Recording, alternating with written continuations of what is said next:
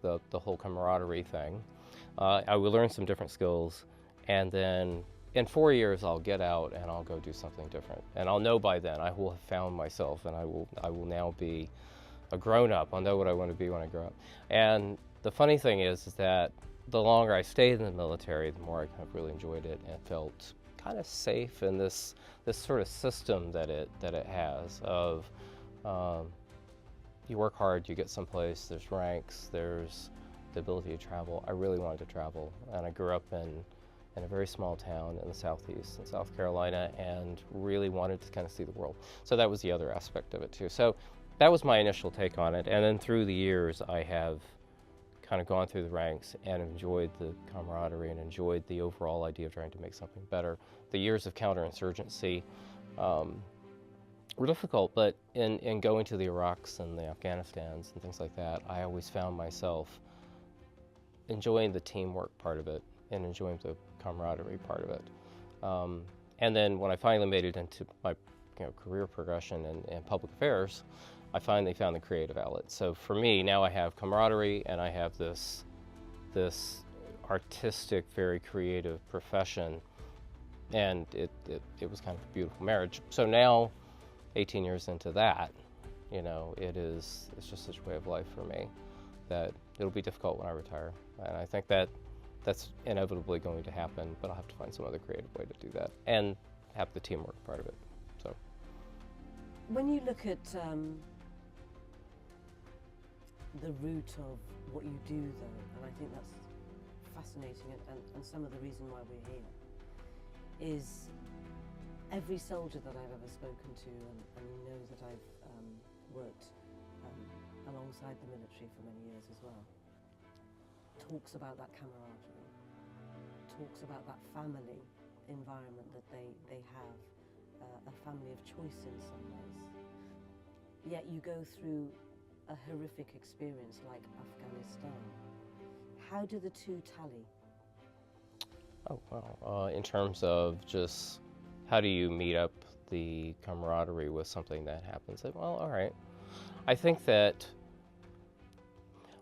there's a all right. It's horrible when you find yourself in say, the aftermath of an IED blast, or you're in a situation that goes horribly south and you have to find your way out of it. But in all of those cases, you find yourself committed to the idea that the person to your right and left that you know and you've become almost like family with, particularly when you're deployed, that they'll have your back and that they will make sure that you're okay and you're going to make sure that they're okay. There's some weird adrenaline rush when you're in that moment. I was in Iraq a year before I was in Afghanistan, and we were in a case. It was a situation. It was a feel-good event. It was a turnover between the sort of U.S. coalition control of that area, and it was a transfer over to the Iraqi security forces. And so, the governor, I think, was there, the mayor was there, my boss went, I went with him.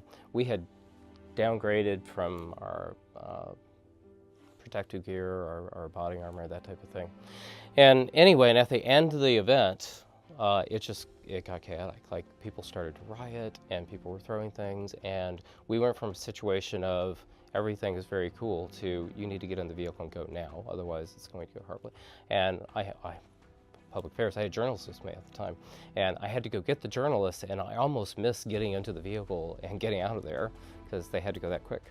And it was terrifying. I mean, I was honestly very scared. But then I remember getting back to the base and going to the chow hall and grabbing a cup of coffee and felt this weird sense of terrific adrenaline going and kind of a high.